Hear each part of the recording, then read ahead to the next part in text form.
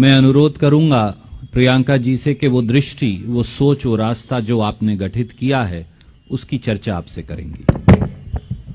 नमस्कार, आप सबका बहुत बहुत स्वागत। जैसे राहुल जी ने कहा, ये जो भर्ती विधान है इसको बनाने के लिए हमारे नेताओं ने, हमारे कार्यकर्ताओं ने उत्तर प्रदेश के जिले जिले में युवाओं से बात की, उनसे समझने की कोशिश की कि आपकी सबसे बड़ी समस्याएं क्या हैं, आपके दुख क्या हैं, किस तरह से हम आपके लिए एक उज्जवल भविष्य बना सकते हैं। उन्हीं चर्चाओं में से निकला हुआ जो सार था, जो मुद्दे थे, वो इस भर्ती विधान में है। इसे भर्ती विधान इसलिए कहलाया गया क्योंकि सबसे बड़ी समस्या भर्ती की ही है उत्तर प्रदेश में।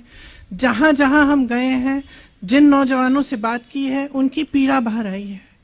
उन्होंने, वो दुखी हैं, त्रस्त हैं, क्वालिफाइड हैं, नौकरियां नहीं मिलती, बड़ी बड़ी घोषणाएं होती हैं, रोजगार नहीं दिए जाते। कोई कहता है 25 लाख नौकरियां दिलवाएंगे, कोई कहता है 20 लाख, लेकिन उनको कभी ये नहीं समझाया जाता कि ये कैसे होगा, किस तरह से ये रोजगार आपके लिए बनाए जाएंगे। हमारा ये प्रयास रहा है कि जो नौजवानों की समस्याएं हैं वो सब इसी भर्ती विधान में उनको सुलझाने का एक हमने खाका तैयार किया है। तो इसमें जिस तरह से, मैं इसके कुछ डिटेल्स आपको अब दूंगी, जिस तरह से रोजगार की समस्या है, हम कह रहे हैं, कांग्रेस पार्टी ने घोषणा की है कि हम 20 लाख रोजगार दिलवाएंगे, जिसमें से 8 लाख रोजगार जो आरक्षण के प्रावधान है उनके तहत ही महिलाओं को भी मिलेंगे।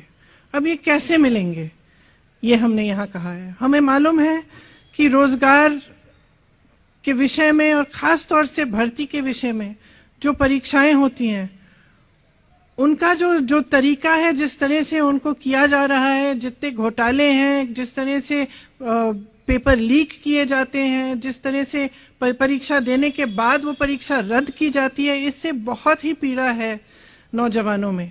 इसीलिए एक पूरा सेक्शन इस भर्ती विधान में हमने डेडिकेट किया है, इसलिए कि किस तरह से ये परीक्षाएं जो हैं, इनमें जो समस्याएं आ रही हैं, जो घोटाले होने, इनको दूर हम किस तरह से करेंगे। ऐसा जो टूट गया है नौजवानों का सरकार में और इस बात में कि उनको रोजगार मिलेगा, उसको हम किस तरह से अब दोबारा निभा पाएं।